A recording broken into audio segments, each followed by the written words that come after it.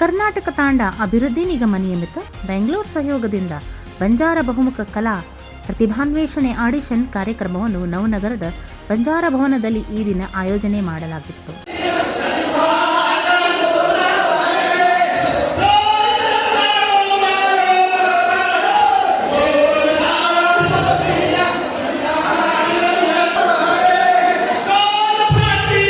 ಹೌದು, ಕಾರ್ಯಕ್ರಮದಲ್ಲಿ ಮಕ್ಕಳು ವಿಶೇಷ ಬಂಜಾರ ಸಮುದಾಯದ ಉಡುಗೆ ತೊಟ್ಟು ಮಿಂಚಿದರು ಮತ್ತು ಮಹಿಳೆಯರು ಹಾಗೂ ಪುರುಷರು ಬಂಜಾರ ಸಮುದಾಯದ ಕಲೆಯನ್ನು ಪ್ರದರ್ಶನ ಮಾಡಿ ಎಲ್ಲರ ಗಮನವನ್ನು ಸೆಳೆದರು. ಕರ್ನಾಟಕ ಸರ್ಕಾರ ಸಮಾಜ ಕಲ್ಯಾಣ ಇಲಾಖೆ ಹಾಗೂ ಕರ್ನಾಟಕ ಬಂಜಾರ ತಾಂಡ ಅಭಿವೃದ್ಧಿ ನಿಗಮದ ವತಿಯಿಂದ ಈ ದಿನ ಧಾರವಾಡ ವಲಯದಲ್ಲಿ ಬಂಜಾರ ಜನಾಂಗದ ಬಹುಮುಖಿ ಕಲಾ ಪ್ರದರ್ಶನ ಕಾರ್ಯಕ್ರಮ ನಡೀತಾ ಇದೆ.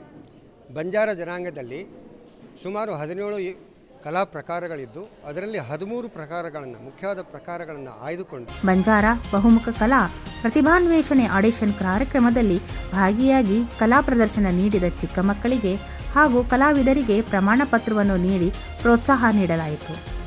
ನಂತರ ಬಿಜೆಪಿ ಯುವ ನಾಯಕಿ ಹಾಗೂ ಬಂಜಾರ ಸಮುದಾಯದವರಾದ ಜಯಶ್ರೀ ದೊಡ್ಮನಿ ಕಾರ್ಯಕ್ರಮದಲ್ಲಿ ಭಾಗಿಯಾಗಿ ಸಾಂಸ್ಕೃತಿಕ ನೃತ್ಯ ಮಾಡಿ ಮಕ್ಕಳಿಗೆ ಪ್ರಮಾಣ ಪತ್ರವನ್ನು ನೀಡಿ ಗೌರವಿಸಿದರು. ಕರ್ನಾಟಕ ತಾಂಡ ಅಭಿವೃದ್ಧಿ ನಿಗಮ ಬೆಂಗಳೂರು ನಿಯಮಿತ ಇವರ ಸಂಯುಕ್ತ ಆಶ್ರಯದಲ್ಲಿ ನಮ್ಮ ಬಂಜಾರ ಬಹುಮುಖಿ ಪ್ರತಿಭೆಯನ್ನು ಇಲ್ಲಿ ನಾವು ಏರ್ಪಡಿಸಲಾಗಿದೆ.